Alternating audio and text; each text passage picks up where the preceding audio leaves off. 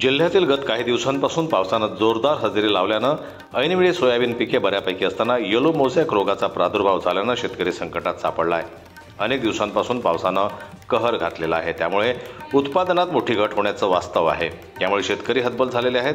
शेतकऱ्यांना आर्थिक मदत व्हावी यासाठी अकोला तालुका कृषी आत्मा समिती अध्यक्ष जयकृष्ण ठोकळ पाटील यांनी सततच्या पावसामुळे खरीपातील सोयाबीन आणि कापूस इतर पिकांची नैसर्गिक आपत्तीत सापडलेल्या शेतकऱ्यांना आर्थिक मदत व्हावी यासाठी शनिवारी बोरगाव मंजूर शेत शिवारात नुकसानग्रस्त पिकांची पाहणी केली। दरम्यान संबंधित तालुका कृषी अधिकारी विलास वाशिमकर यांना माहिती दिली आणि अतिवृष्टीमुळे पिकांचं नुकसान झालेल्या शेतकऱ्यांना आर्थिक मदत व्हावी यासाठी त्वरित शासनाला अहवाल सादर करावा असं आवाहन केलं। खरीप हंगामातील 2025 या सततच्या झालेल्या पावसामुळे आज शेतकऱ्यांची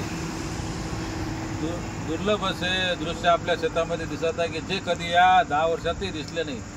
सततच्या पावसाळ्यामुळे म्हणजे आज पाऊस बंद होईल, उद्या आपलं पीक ऊन तापल्यावर म्हणजे पीक जोर पकडेल, पण जोर पकडला की पीक तयार निघून की सततच्या पहिले मान्सूनचा पाऊस, नंतर आता परतीचा पाऊस, नंतर अरबी समुद्रात झालेल्या चक्रीवादळाचा दुष्परिणाम आपल्या या पावसाळ्यामुळे या शेतकऱ्यावर होत आहे।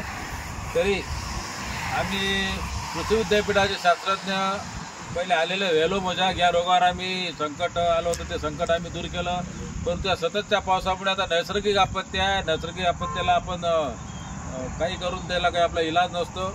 परंतु आता शासनाने तर मदत मंजूर केलीच आहे, पण माननीय मुख्यमंत्री देवेंद्र फडणवीस यांनी माननीय आपल्या देशाचे पंतप्रधान यांना साकडे घातले आहे की बा आता आम्हाला जास्तीत जास्त मदत, शेतकऱ्यांचा कारभार चांगला चालव या दृष्टीने त्यांना मदत हो, त्या दृष्टीने त्यांनी काल मुख्यमंत्री आणि दोन्ही उपमुख्यमंत्री यांनी सेंट्रल गव्हर्नमेंट आणि संबंधित यंत्रणेला मागणी केली आहे की जास्तीत जास्त शेतकऱ्यांना मदत मिळो।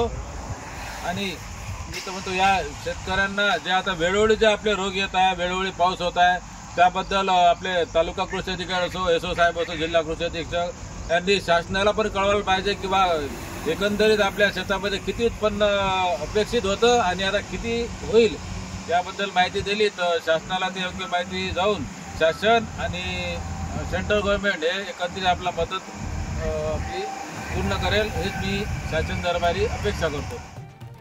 शेतकरी माणिकराव गवळी, पुरुषोत्तम गवळी, श्याम दळवी या शेतकऱ्यांनी आबेती कथन करत शासनानं आर्थिक मदत करावी अशी मागणी केली। यावेळी भाजपा तालुका सरचिटणीस तसेच अकोला तालुका कृषी आत्मा समिती अध्यक्ष जयकृष्ण ठोकळ पाटील, मनसे अकोला तालुका उपाध्यक्ष शेख मुस्ताक यांच्यासह शेतकरी बांधव उपस्थित होते। जनमत लाईव्ह न्यूज करता संजय ओमक यांची रिपोर्ट, अकोला।